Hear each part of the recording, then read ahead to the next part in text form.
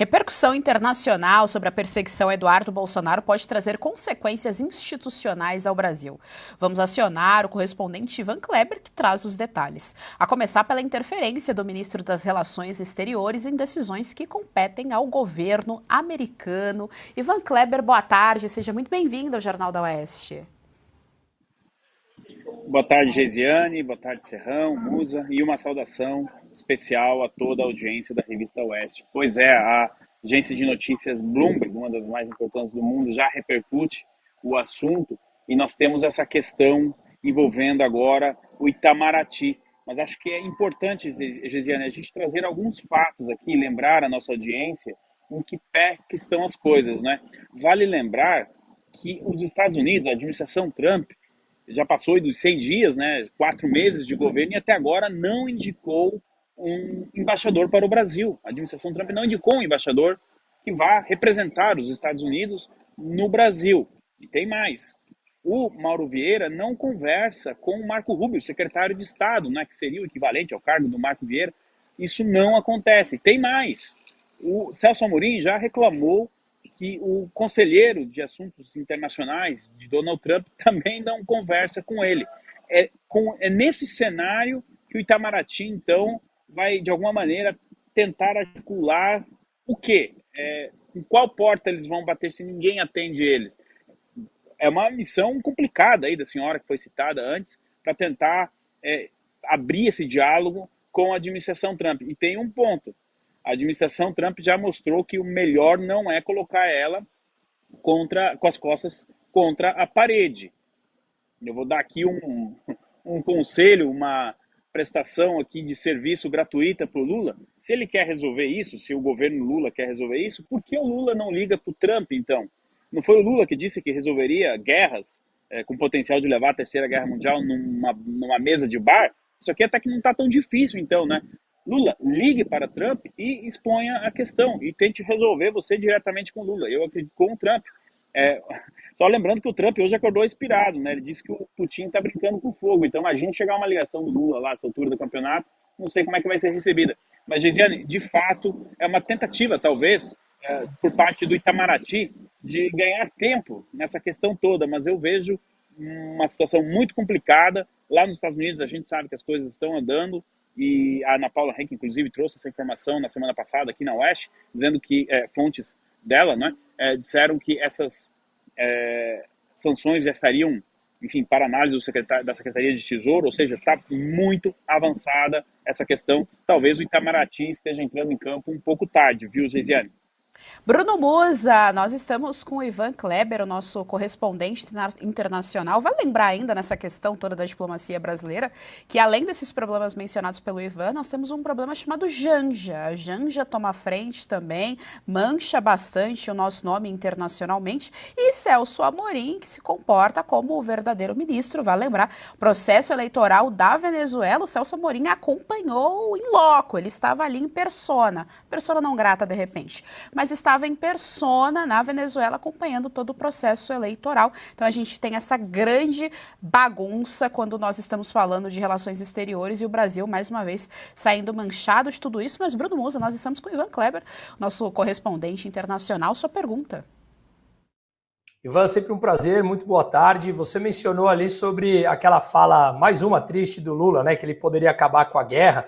E nós vimos também a Janja dando uma entrevista falando que, ora, se eu quisesse isso, era só eu falar para o Putin, acabe com a guerra, num nível de pretensão tão absurda que distancia, como falamos aqui, o Brasil da OCDE, além de toda aquela, desculpe o termo, aquela pataquada que nós vimos do IOF, que também é algo que afasta o Brasil da OCDE, dadas as determinações do próprio governo. Agora, me parece aqui, e me fale se eu estou sendo infantil na minha análise ou superficial, o governo adora terceirizar responsabilidades. Ele está colocando no Itamaraty como se fosse um mero estagiário para assumir a culpa. Se de repente eles não conseguem o objetivo, a culpa é do Itamaraty. Se conseguir o objetivo, o mérito é sempre deles. Você vê alguma chance de sucesso por essa interferência do Itamaraty? Ou, como eu vejo aqui, me parece algo totalmente inócuo?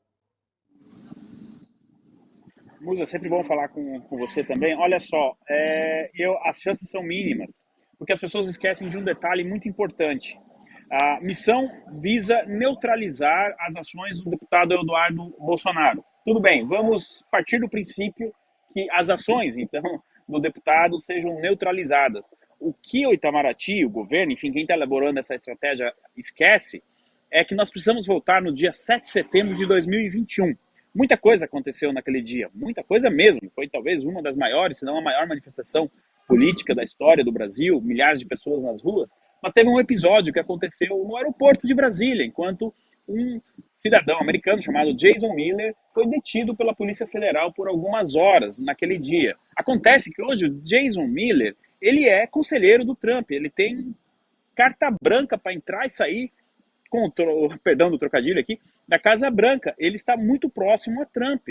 Então, ok, neutralizamos a questão toda envolvendo aí os relatórios entregues por Eduardo Bolsonaro. Mas o Jason Miller, com certeza, não esqueceu o que aconteceu com ele. Sem falar do Elon Musk, como a Geisiane trouxe, a questão da Janja, aquela palavra de baixo calão que ela usou em referência ao Elon Musk no final do ano passado, não é? Já depois da vitória de Donald Trump, quer dizer, ela não teve nem a tinha dito antes, a gente não sabia se o Trump ia ganhar ou não. Jamais uma primeira-dama deveria ter usado aqueles termos, mas obviamente que depois da eleição ficou ainda pior. Em um momento, olha só, eu estou aqui, a poucos metros do parlamento britânico. Alguém pode dizer, mas o que tem a ver o parlamento britânico com isso? Os Estados Unidos e o Reino Unido estão avançando com negociações comerciais e acordos comerciais. Foi feito um anúncio há 15 dias, e um dos principais pontos deste acordo comercial é justamente a liberdade de expressão. A administração Trump quer garantir, fechar esse acordo desde que o Reino Unido garanta a liberdade de expressão dos seus cidadãos. Agora, se dois países, como historicamente ligados, entre Estados Unidos, né, Estados Unidos e o Reino Unido, essa questão da liberdade de expressão entra em campo, imagine como tá, né, aconteceu tudo no Brasil, principalmente no ano passado, a queda da rede social X, enfim, Rumble e tantos outros. Então, Musa, respondendo a sua pergunta de maneira bem franca, os problemas são muitos e eu acredito que o Itamaraty não tem muita chance de sucesso nessa empreitada não, viu? Jorge Serrão, sua pergunta ao Ivan Kleber. Grande Ivan Kleber, uma pergunta importante. A Organização para a Cooperação do Desenvolvimento Econômico, ela estabelece como um dos pressupostos para ingresso nela que o Estado Nacional crie uma espécie de centro de governo para operações, para centralizar a sua atuação. E no Brasil, a gente está vendo que isso não acontece. O que a gente enxerga por aqui, ironicamente, como centro de governo, parece ser a Janja mandando no resto, Lula obedecendo e uma barafunda total. Enfim, esse é o grande problema. Mas a questão é, o Brasil, sendo agora pintado como uma tirania explícita, vai definitivamente espantar a possibilidade de fazer parte da OCDE? Olha, Serrão, realmente, sua pergunta é muito importante e tudo caminha para esse sentido, né? Não só por conta dessas ações, enfim, a gente tem a sensação, né, se tudo isso fosse uma série televisiva, parece que estamos chegando, não digo nos capítulos decisivos, mas nos capítulos importantes, que realmente mexem ali com os protagonistas, né? E dependendo de tudo, o que for resolvido após, vamos partir do princípio que as sanções sejam realmente aplicadas. Qual vai ser a resposta dos sancionados, do governo? Isso tudo pode indicar que caminho o Brasil vai tomar se realmente o Lula, que teve coragem de dar um abraço acalorado lá no Vladimir Putin, não sou eu que digo isso, foi o jornal alemão Die Welt que fez uma reportagem sobre isso. Qual caminho esse senhor que está na tela aí vai tomar e, principalmente, quais serão os rumos, por exemplo, da liberdade de expressão no Brasil, da soberania nacional? Parte da esquerda fala tanto de soberania nacional, que lado isso vai tomar? E, Serrão, com certeza, os últimos capítulos, aqueles que a gente já assistiu, com certeza afastam o Brasil da OCDE, infelizmente. Muito obrigada, Ivan Kleber, pelas informações aqui no nosso Jornal da Oeste. Até a próxima, tenha uma boa tarde.